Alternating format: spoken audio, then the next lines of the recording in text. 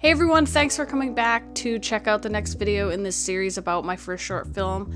So today I want to talk about the roles on the film set and how certain things were missing on my film set and how that affected how we just couldn't get things done in a timely fashion.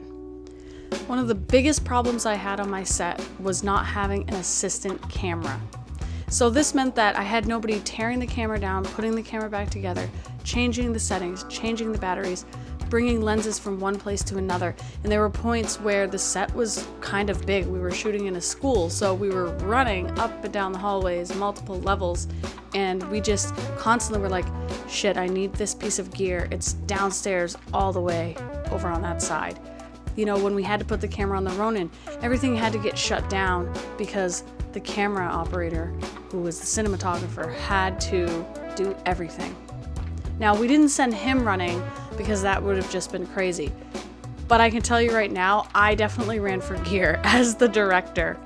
And so did the AD, even though he was arguably doing more jobs than anyone in the entire place.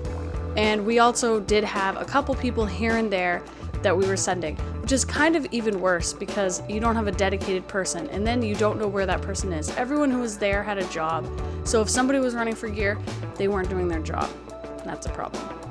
Now, when it came to the Ronin, we really had to just shut down production and take a break every single time we had to do the Ronin shots because the Ronin M is a little bit more difficult to balance. It's not like these new ones that are like 5-10 minute balancing. It wasn't like half an hour or anything, but maybe 15 minutes sometimes. We were working with one camera. I don't complain about gear. We used what we had. It's not like we had another camera, so it's not a big deal. But he had to stop everything he was doing. And during that time, we could have been discussing other shots or the next scene or what we were doing. But we had to shut everything down, which really sucks you out of the creative space and then forces you to come back in. There were definitely points that I was pulling focus during this film. I really enjoyed working with the cinematographer in a really close relationship like that and being creative with him and sitting near the camera for the most part. I really liked that, but I definitely think that because of that, we suffered in other areas, especially directing the actors. Another huge problem I had was that I just didn't have the bodies. For whatever reason that was the case, I didn't have the bodies. So we did not have heads of basically any department. The sound mixer, the costume designer, the script supervisor, the gaffer. None of these people really existed. And we did have people filling in these roles here and there, but not every day and not every hour of every shoot. This made things really difficult. So this was another time when I was stepping in to deal with sound. I wasn't running the boom, but we had so many people coming in, grabbing the boom pole, that we had to stop and explain things to each person every single time. The costumes, we did have somebody a couple days on set, but we weren't as organized as we should have been. We had an instance where one of the actors actually wore something home and then left it and didn't bring it back the next day, which almost caused a major continuity issue.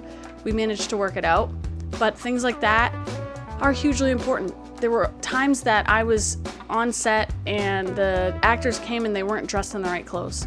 We need someone's job to be to make sure that they know where the costumes are, what the actors are supposed to be wearing. It's not up to the actors.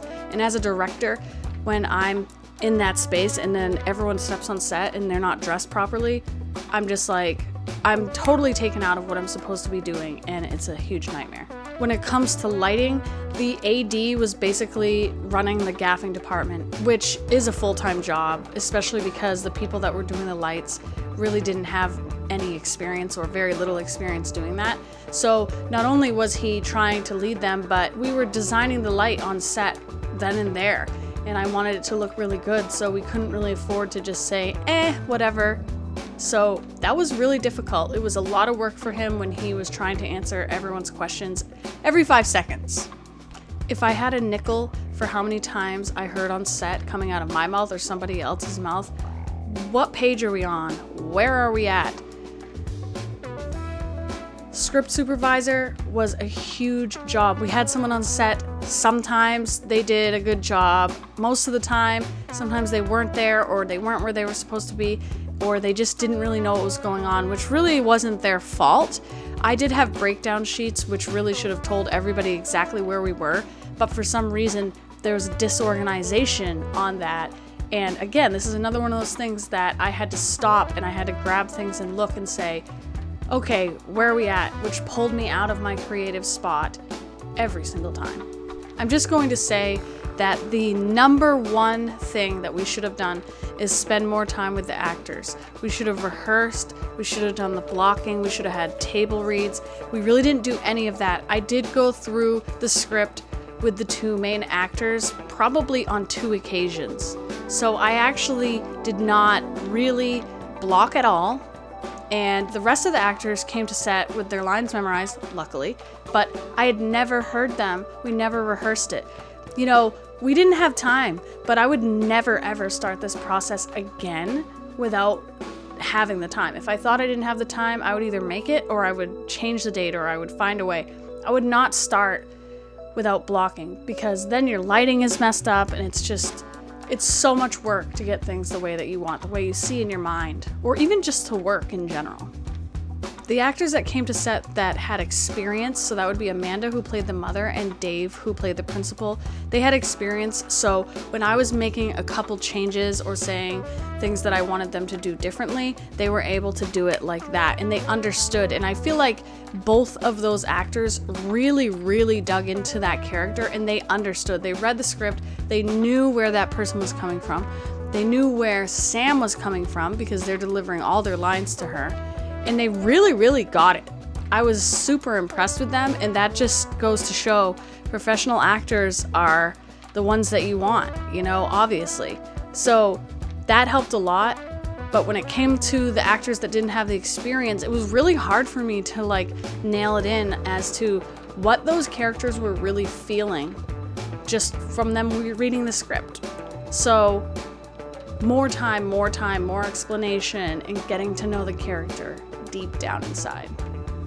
Fourth thing that I wish we had was storyboards. I didn't do this because I'm not very talented and it would have taken so much time that I did not have. I wish I had someone dedicated to this. I did know going in that this probably was going to be a disadvantage for us. It didn't kill us, but it definitely would have made the film better, and we could have probably filmed more if we'd had that. You make a plan for a reason. You wouldn't build an entire house and then at the last minute say, hey, wouldn't it be cool if we put a fireplace right in the middle of the house? Maybe that's not a great example, but there's a time for planning, there's a time for creativity, and you have to be able to separate those. When you go onto a film set, although there is always that creative aspect, you really should stick to the plan. You have a shot list, you have a storyboard, everything is planned out. You've already built the film. It's not really let's go there and try to figure out what might be cool. That is done, which is why pre-production is such a huge process and it's so important. When you get there, you have the blueprint, you go from A to Z, you get it done. Maybe here or there you say, we should have this in if you have time. But any sort of restructuring or any of that, that is not the place for it. I wouldn't say that at any point I was like, oh my god, it would be so cool, I just thought of this. But I can definitely say there were points where I was like, this is definitely not working, what are we gonna do? We need to shoot something else, we need to add something in. Especially because I was going home after, a day of shooting and I was cutting things or I was looking to see how things were going to look. And I'm like, this is missing or this doesn't make sense. So there was an element of having to basically go back to the drawing board for small parts during filming. And this is probably fairly normal, I'm not sure, but I would say it was very stressful, especially when you had like a 5-day filming schedule and you didn't have a lot of time to give. So it's kind of like if everything is storyboarded out perfectly, hopefully there's fewer mistakes to be made and fewer things to be left out. The last thing that I really wish that I had on set was somebody who could be in charge of handling the actors. I guess this would probably be the AD's responsibility, and he did do this, but he's also largely trying to be there for every single scene, and there's people coming in like crazy. We had so many extras and so many people scheduled, and they had to kind of navigate their way onto the campus and find the building we were in and find the parking and come in and find the actual room.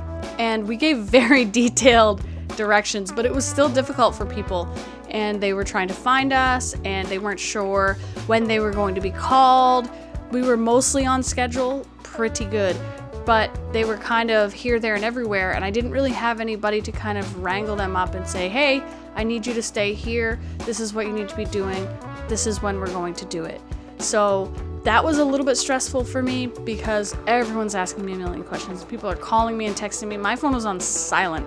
I was not about to be interrupted while I was making a film. So I would definitely suggest that you have somebody who's in charge of knowing exactly who's coming, where they're supposed to be, at what time. That's going to do you a lot of favors. Thanks for watching, guys, as always, and keep your eye out because I'm probably going to be making some more videos sort of analyzing the film. If you like that kind of stuff, leave me a comment. Let me know what you might be interested in watching. Also, I may decide to premiere the film. I have not decided yet. And I'm also thinking about recutting it, even though I sort of feel like I should just drop this project and continue moving forward on new adventures. Let me know what you think. Thank you very much. Subscribe, please, and I will see you soon.